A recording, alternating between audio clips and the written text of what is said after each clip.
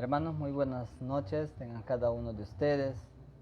Qué alegría, qué privilegio, hermanos, de haber podido pasar semana tras semana y hoy poder llegar ya a la última lección de lo que corresponde al estudio del Antiguo Testamento, Panorama del Antiguo Testamento 2. Hoy estaremos viendo el libro de Malaquías, que es el último libro del Antiguo Testamento, el último de los profetas.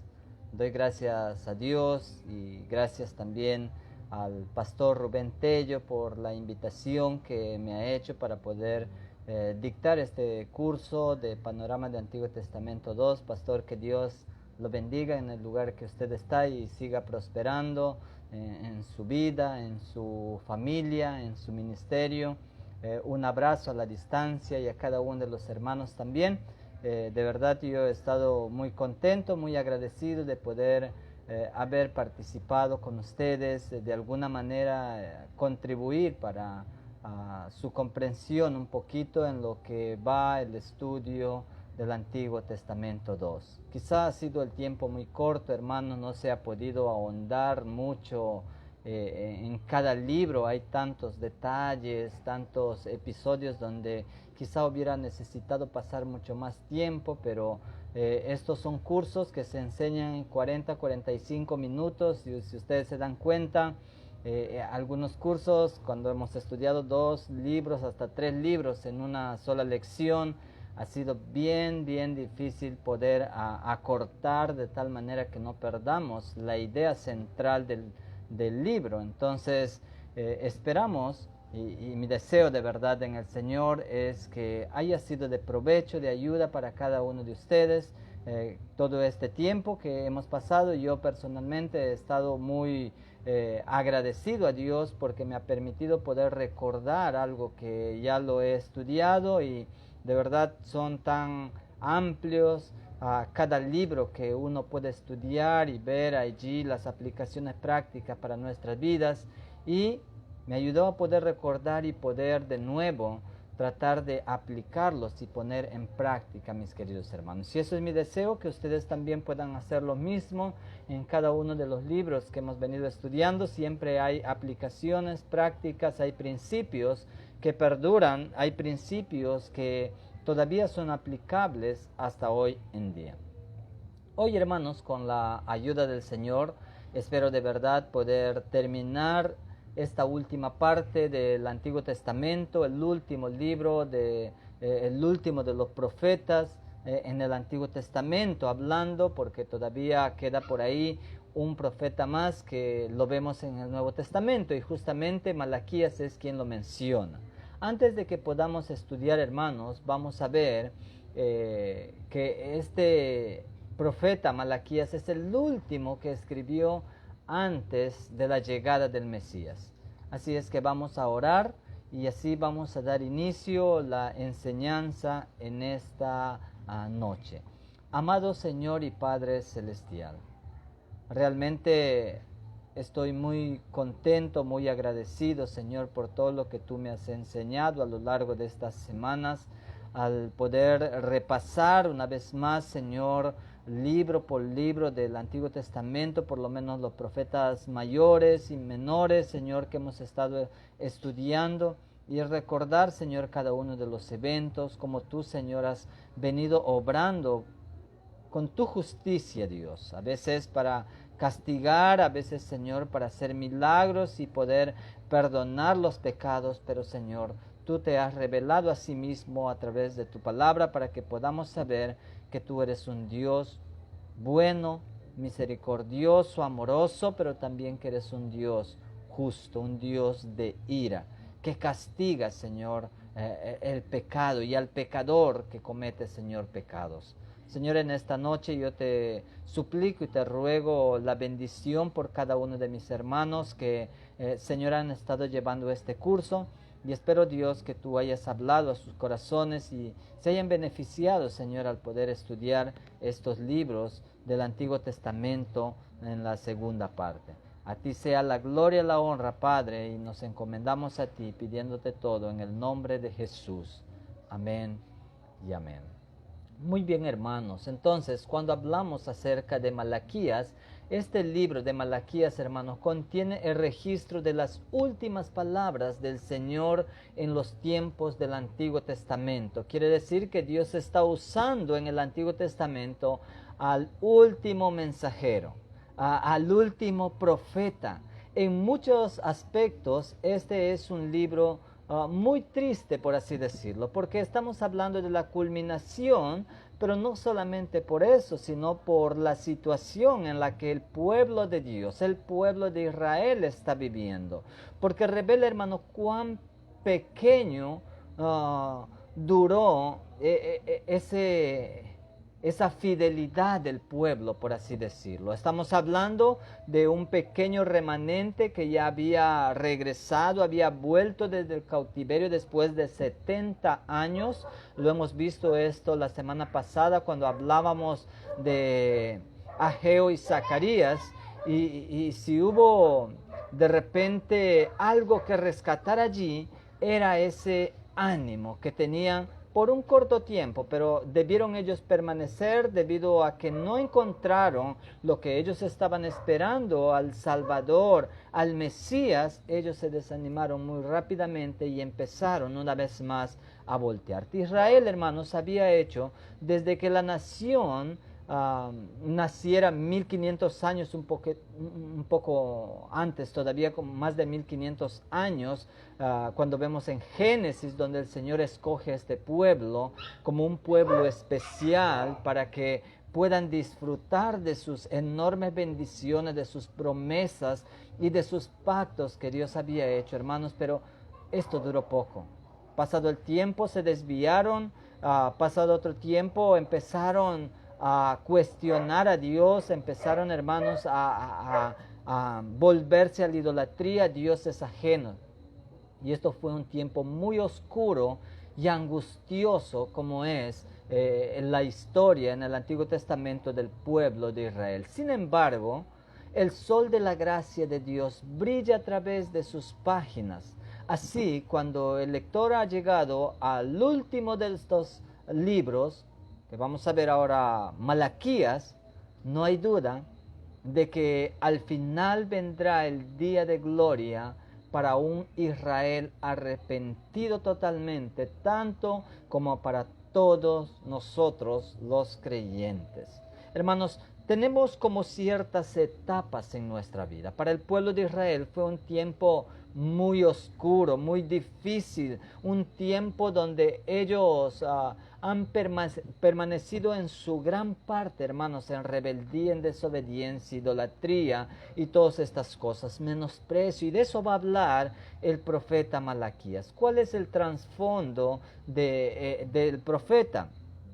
El hombre Malaquías, la Biblia no proporciona, hermanos, una información biográfica detallada del profeta Malaquías. Él fue un profeta de Dios, sí, lo dice el mismo libro en el capítulo 1, versículo 1, cuando leemos ahí profecía de la palabra de Jehová contra Israel por medio de Malaquías. Entonces, cuando hablamos aquí, el enfoque o la dirección, la audiencia a quien se está dirigiendo Malaquías es a todo el pueblo de Israel.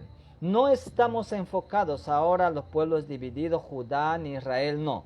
O la nación del norte o del sur, no. Está dirigido a todo el pueblo de Israel, a toda la nación de Israel. Un contemporáneo de Malaquías era Nehemías, y aquí nosotros cuando estudiamos acerca de Malaquías vamos a ver que su nombre es una forma abreviada del hebreo Malachía, que significa mensajero de Jehová o mi mensajero. Eso es lo que significa Malaquías, mensajero de Dios o mi mensajero también. Esos dos significados se encuentran para este nombre de Malaquías. Es interesante, hermanos, que la palabra mensajero aparece 3 veces en este corto libro con 4 capítulos. Podemos ver 3 veces que se menciona esta palabra mensajero. La Septuaginta, hermanos, que es una traducción de la Biblia, da el significado como ángel. Un ángel también es considerado como un mensajero. Y es por eso que esta traducción dice que Malaquías era un ángel, era un mensajero y podía ser un ser humano o también podía ser una aparición espiritual que Dios estaba usando.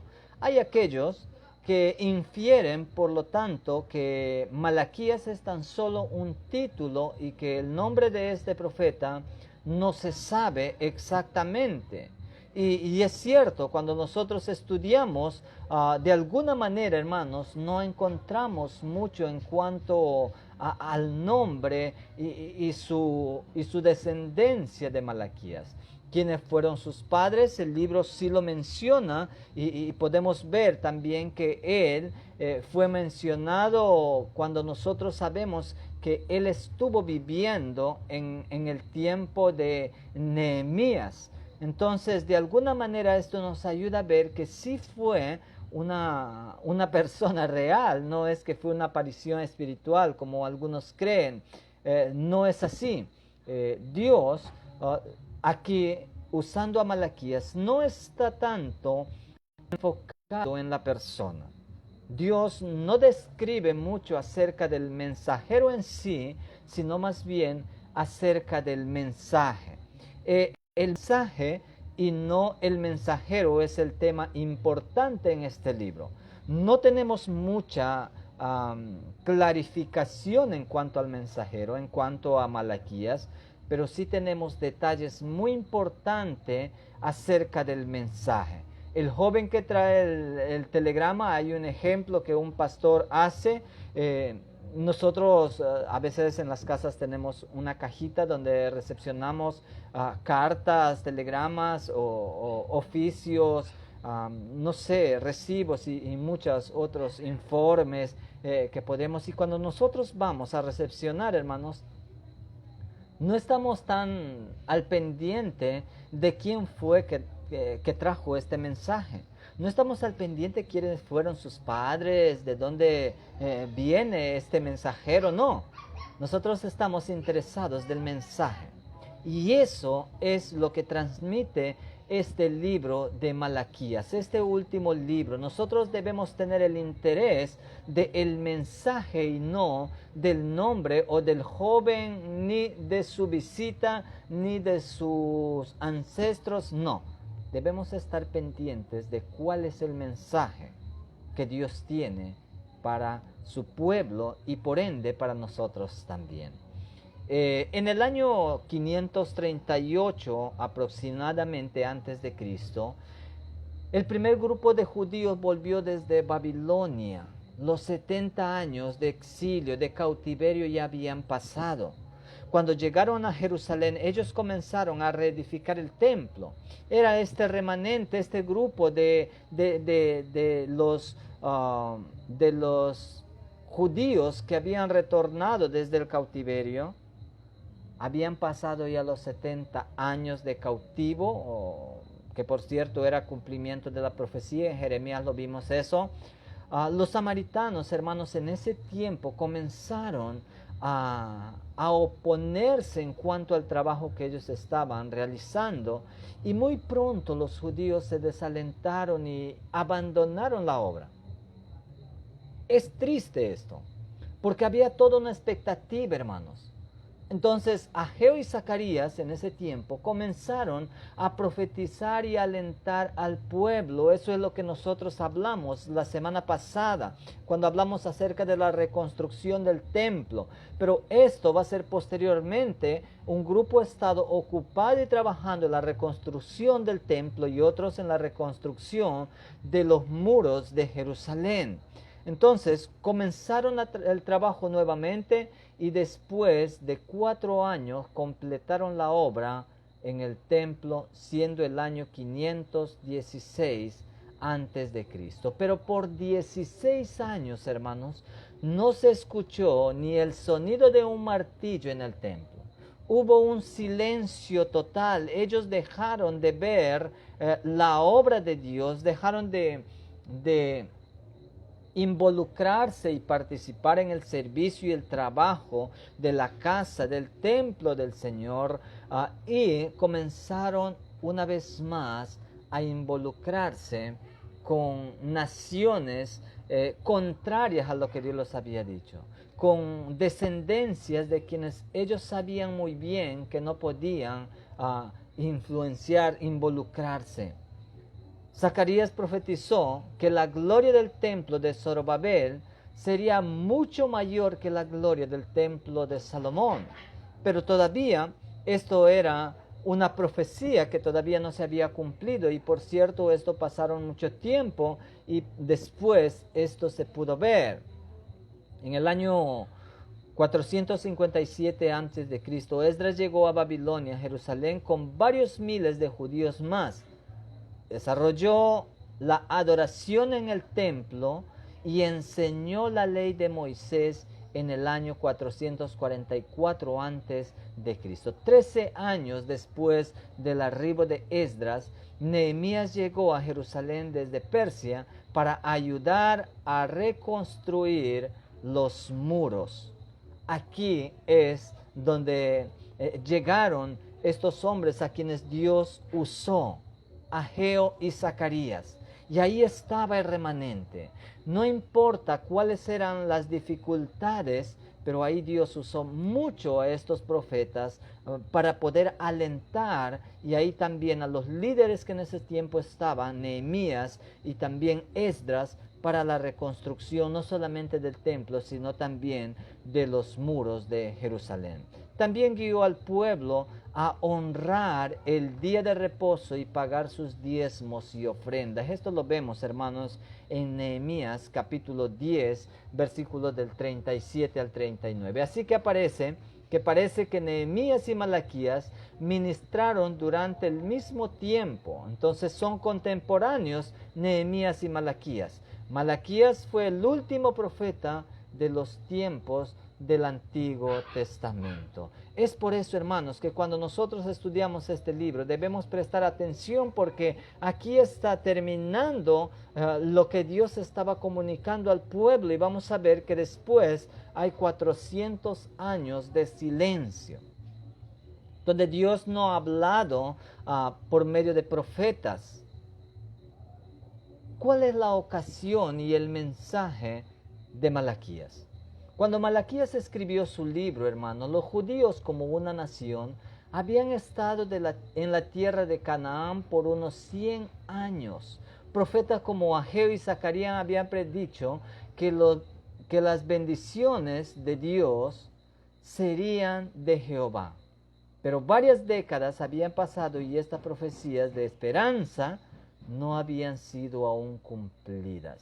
Y eso era motivo de desánimo, eso era motivo de rebeldía, eso era motivo, hermano, para que ellos se hayan vuelto del Señor a sus dioses, a sus idolatrías, a sus mujeres y todas estas cosas terribles, y que posteriormente va a venir el juicio del Señor nuevamente.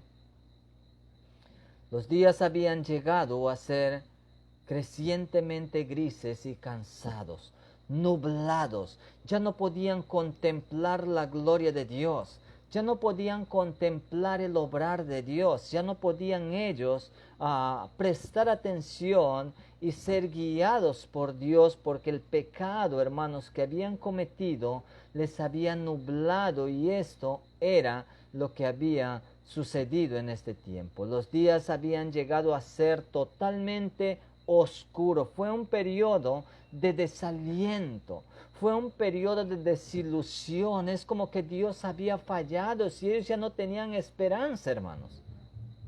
Muchas veces nosotros llegamos a ese momento. Muchas veces nosotros creemos que Dios se ha olvidado y por qué no cumple sus promesas. Hermanos, Dios no cambia. Dios sigue siendo ese mismo Dios misericordioso, amoroso, protector, proveedor. somos nosotros los que muchas veces nos desviamos y dejamos de mirar a Dios, y a consecuencia de eso encontramos este resultado adverso y viene el desaliento. Es como una espiral descendente, y después viene la desilusión, y después viene el desánimo. Vemos, no tenemos esperanza, nuestras esperanzas son destruidas y nuestros corazones quedan quebrantados, y no podemos nosotros levantarnos, y dejamos de ver a Dios y nos ponemos a quejarnos y a reclamar a Dios, y tratamos de llevar una vida desordenada y creemos que nosotros tenemos la razón. Y vamos a darnos cuenta, hermanos, que Dios mismo, con sus lazos de amor, con disciplina muchas veces, nos va a traer y nos va a llamar para volvernos, para quebrantar nuestro corazón, para arrepentirnos. Y eso es lo que estaba sucediendo en esos tiempos. Eso es lo que estaba sucediendo con el pueblo de Israel. Y aquí el enfoque no está direccionado, como ya les he mencionado, solamente a Judá o a Israel. Aquí está enfocado a todo el pueblo de Israel, completo, a las 12 tribus de Israel. En esa condición rebelde, ellos comenzaron a criticar abundantemente los caminos de Dios. Este libro, hermanos, vamos a ver que el pueblo de Israel revela lo que hay en su corazón, que Dios aún les hablará aún en medio de esa rebeldía para mostrar su paciencia y su misericordia. Aun cuando ellos se estaban quejando contra Dios, aun cuando ellos estaban reclamando a Dios, aun cuando ellos estaban menospreciando a Dios y su obra, Dios, con ese lazo de amor y con paciencia y con misericordia, una vez más va a hablarles a ellos, como siempre lo ha venido haciendo, mis queridos hermanos. ¿Qué más encontramos en este libro de Malaquías? ¿Cuál es el tema? Bueno, más que el tema, que el enfoque, algunos han determinado que el tema sería: ¿robará el hombre a Dios? Pero no es que solamente estamos viendo un enfoque a la mayordomía o al diezmo y ofrenda del cual habla Malaquías, sí, porque hay muchos otros temas del que está hablando aquí. Pero algunos dicen que eso es el tema, pero quiero darlo por lo menos estos temas principales del mensaje de Malaquías fueron, en primer lugar, Dios muestra su amor para con su pueblo. Y es verdad, no importa cómo se hayan portado, si lo hayan reclamado, hayan cuestionado, hayan menospreciado, no.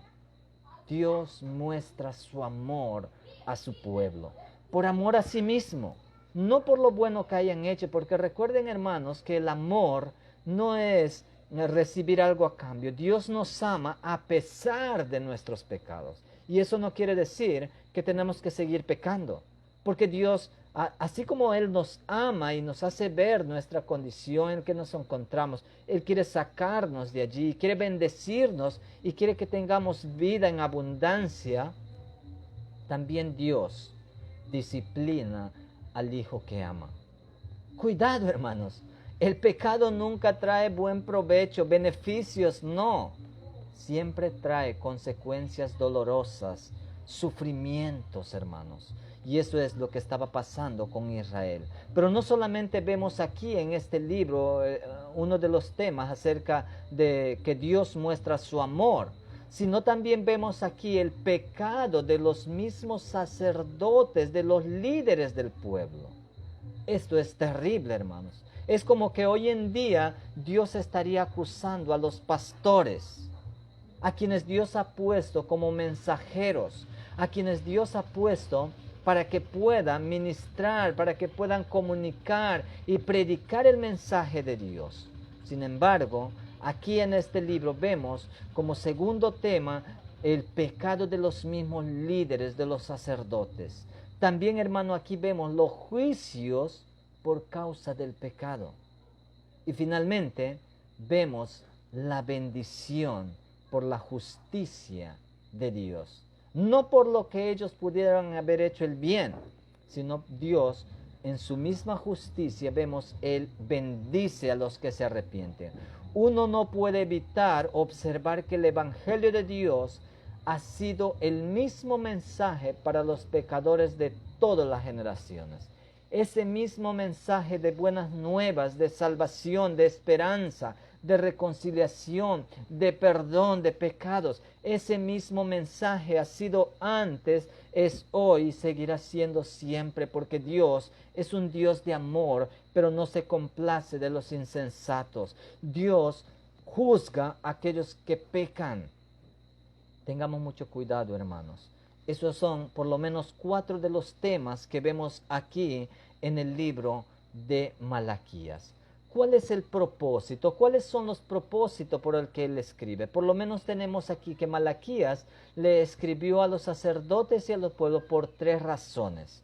Está enfocado este libro, hermanos, no solamente a los líderes, no solamente a los sacerdotes, sino a todo el pueblo de Israel también. En primer lugar, ¿para qué escribió Malaquías? 1, para hacerles un llamado al arrepentimiento, para que se vuelvan a Jehová antes de que Dios llegara repentinamente para juzgarlos. Antes de que Dios les juzgara, Él usa a Malaquías, su mensajero, para hacerles un llamado al arrepentimiento a Dios. El segundo propósito por el que escribe Malaquías es para instarlos, para animarlos a salir del pecado de desobediencia. Él está amonestando allí, Él está haciendo ver cuál es su pecado, hermanos. No es que ellos no sabían, ellos lo sabían muy bien, estaban ensoberbecidos, estaban cegados, no querían admitir cuáles eran sus pecados, pero Malaquías escribe para instarlos a salir de su pecado y de su desobediencia, ya que blanqueaba el raudal de las bendiciones, bloqueaba las bendiciones de Dios. Era un obstáculo el pecado y él quería que ellos se volvieran, se arrepintieran. Él estaba allí tratando de amonestar, tratando de animarlos, les está instando a que se vuelvan a Dios y dejen de estar pecando y obedezcan a los mandamientos de Dios y disfruten y vean días buenos. Eso es lo que Dios quiere hacer en tu vida y en mi vida. Dios quiere bendecirte. Dios quiere, hermano, que tú tengas vida y vida en abundancia. Dios quiere que tengas plenitud de vida.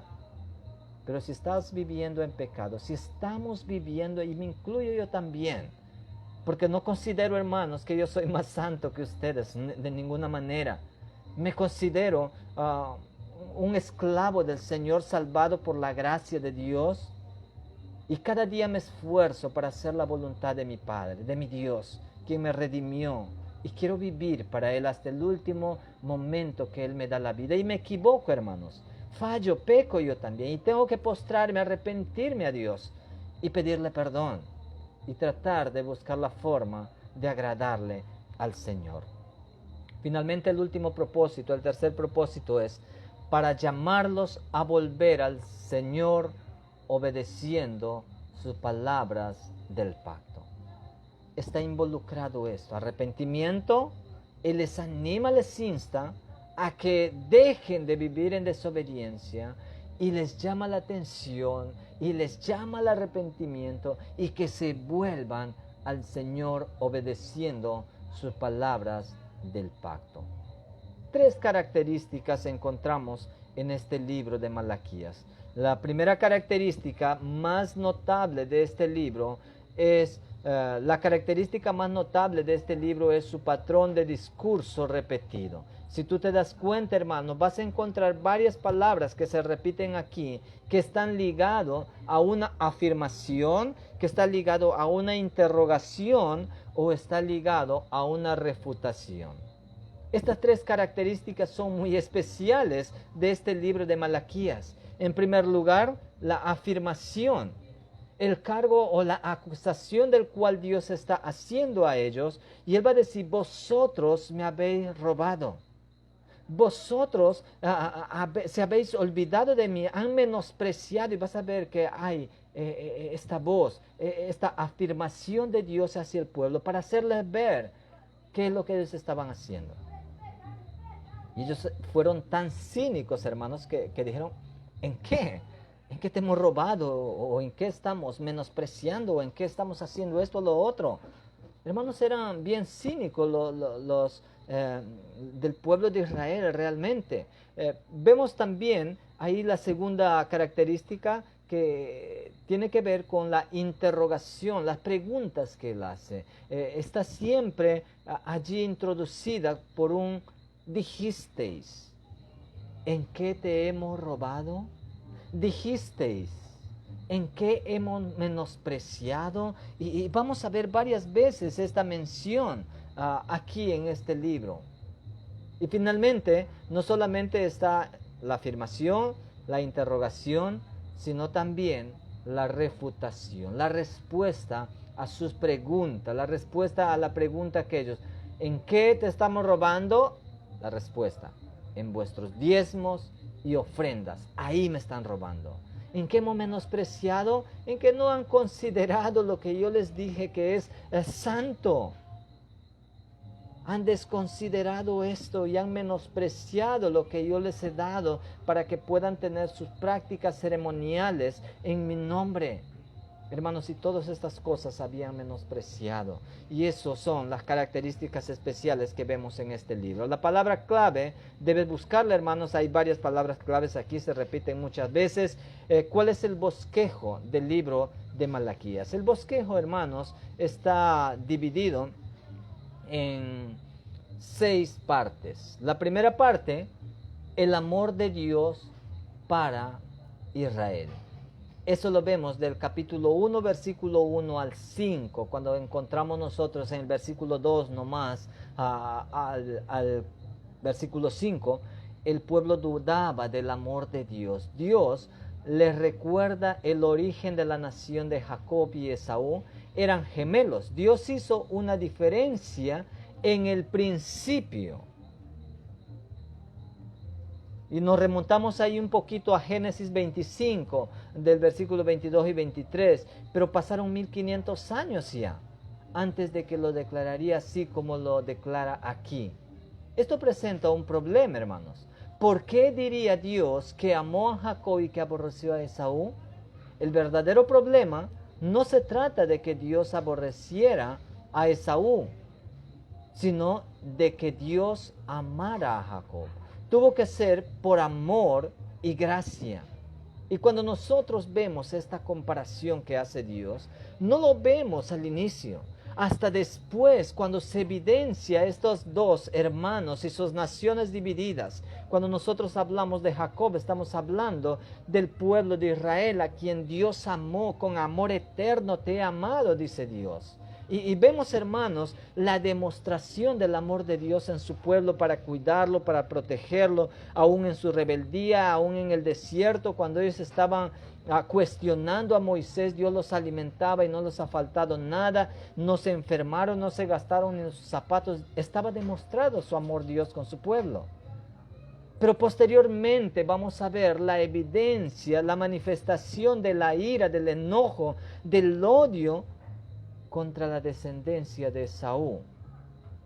Y esto tiene que ver, hermanos, con la descendencia de Esaú. Eso es la diferencia. Por eso es que Dios dice aquí, no es que al comienzo Dios aborreció cuando estaban naciendo, no. Cuando se evidenció, cuando crecieron y se hicieron grandes naciones, ahí es donde Dios muestra su amor para con Jacob y su odio para con Esaú. Los versículos 4 y 5, la declaración de Dios, yo os he amado, dice Jehová. La interrogación del pueblo, ¿en qué nos amaste? Ellos se habían olvidado de todo lo que Dios había hecho, hermanos. Qué increíble, ¿verdad? Es como si nosotros ahora estamos pasando un momento turbulento y nos olvidamos de dónde Dios nos ha sacado y cómo Él nos ha salvado, quizá un momento difícil en nuestra vida. Y ahora empezamos a cuestionar a Dios y nos olvidamos de su amor, de su gracia, y decimos, ¿en qué nos has amado? Qué interesante, hermanos, porque cuando nosotros vemos acerca de la manifestación del amor de Dios para con su pueblo, en Jeremías dice que con amor eterno lo había amado a su pueblo. Pero sin embargo hablamos acerca de Esaú, que tiene que ver con la nación de Edom, un pueblo totalmente perverso, cruel y despiadado, que aún a sus mismos familiares, a sus mismos parientes se burlaron, se rieron cuando ellos fracasaron y además de esto cuando fueron ellos llevados cautivos, cuando ellos fueron matados, destruidos, ellos guiaparon y fueron todavía a los que se quedaron ahí un poco heridos a matarlos.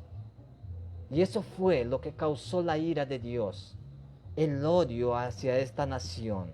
Y por eso dice, amé a Jacob y a Esaú aborrecí.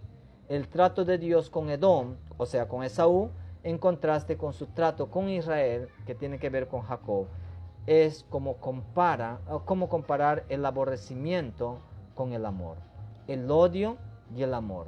Así es que, hermanos, Dios en su justicia revela no solamente su amor, sino también su ira, su odio contra el pecado, contra el pecador. Y un día esto va a ser revelado y Dios va a traer juicio eterno para todos los que rechazan su palabra. La segunda parte, hermanos, tiene que ver con los sacerdotes, son reprendidos por su profanidad. Ellos han profanado a Dios y las cosas que Dios, el versículo 6 dice, la declaración de Dios, oh sacerdotes, que menospreciáis mi nombre. Imagínense, hermanos, ellos más que nosotros quizás habían tenido la experiencia vivida de cómo Dios se había hecho manifiesto, cómo había revelado su poder, sus milagros. La interrogación del pueblo es, ¿en qué hemos menospreciado tu nombre? Ellos sabían muy bien, en su conciencia ellos estaban totalmente conscientes en que habían menospreciado a Dios. La interrogación del pueblo, ¿en qué te hemos deshonrado? El versículo 7, deshonrar a Dios era una acusación seria si fuese verdadera. Descartaron la acusación con un cabeceo indiferente y con una ignorancia fingida. La respuesta de Dios, en que pensáis que la mesa de Jehová es despreciable. ¿En qué te hemos deshonrado? La respuesta de Dios es, en que pensáis que la mesa de Jehová es despreciable, desconsiderable, no sirve. La interrogación de Dios, si pues soy su padre, ¿dónde está mi honra? La declaración doble de Dios, en que ofrecéis sobre mi altar pan inmundo, esto explica cómo hicieron despreciable la mesa de Dios. Dios exigió que todas las ofrendas de animales fueran sin mancha o defecto. Aquí está la aclaración de lo que ellos están denunciando, de lo que ellos están supuestamente interrogando. ¿En qué te hemos menospreciado? Pero sin embargo Dios va a responder aquí todo lo que ellos estaban haciendo. Habían ofrecido, hermanos, los animales que prácticamente a ellos no les servía. Lo ciego, lo cojo, lo maltratado. Cuando una vaca vieja se enfermaba o era herido, lo llevaba deprisa al templo para ofrecerlo como un sacrificio. Y esto era lo que Dios estaba denunciando. Dios sugirió con un sarcasmo humorístico que trataran de ofrecer la vaca enferma para pagar los impuestos. Eso es lo que Dios estaba diciendo, porque ellos estaban ofreciendo lo ciego, lo cojo, lo maltratado, y allí es donde ellos estaban despreciando, menospreciando lo que Dios había dado. Y podríamos, hermanos, seguir resaltando muchos otros versículos más en cuanto a esta parte. En el capítulo 2, del versículo 10 al 17, vemos la tercera parte: el pueblo es reprendido por sus pecados sociales. En el versículo 10 quiero resaltar aquí: aunque Dios no es padre de todos, de todo israelita individual, sí es padre de toda la nación de Israel. Por lo tanto, los individuos gozan de una relación de hermanos que hace que el pecado se tratase traidoramente unos con otros, sea más otros y menos otro. Entonces, cuando nosotros hablamos, hermano, que el pueblo es reprendido por sus pecados, es porque tenían relación los unos. En el versículo 11 y 12 dice: segundo pecado social es el de los hombres que se habían divorciado de su esposa para casarse con mujeres paganas. Y muchos otros pecados que ellos estaban practicando, hermanos.